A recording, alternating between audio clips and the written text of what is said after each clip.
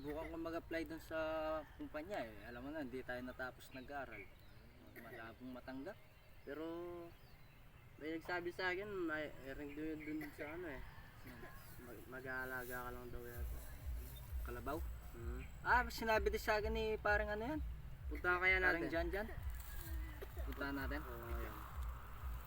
Tara, baka sakaling matanggap tayo. Tara. Tagal ko nang naghahanap ng galaga ng mga kalabaw ko. Oh.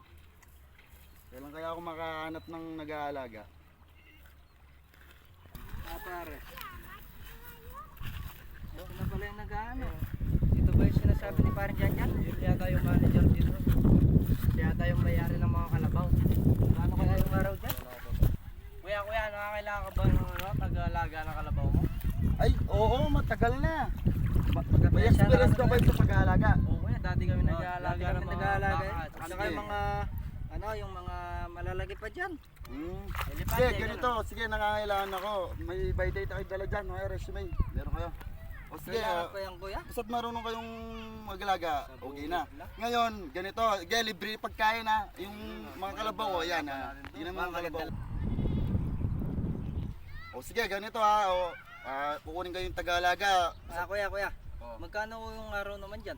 Sige, ganito, sa papaliwanag ko. Libre na pagkain, almusal, tanghalian, hapunan, pati sigarilyo, alak, kahit gabi. Magandang laban yan, no? Magandang laban. Oo, yan. Ngayon, ang araw nyo, 1,000. Ba. Bali, tig 1,000 kayo.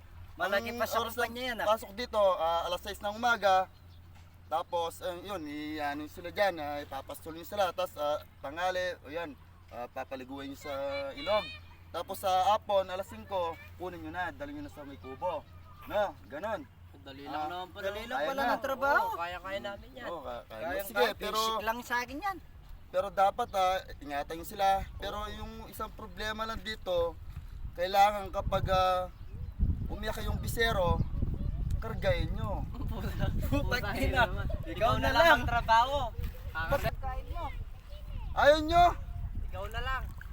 Lagi na lang walang... Papasok sa'yo, ganyan pala Wala, pinapasok mo. Putang ina, kakargain mo.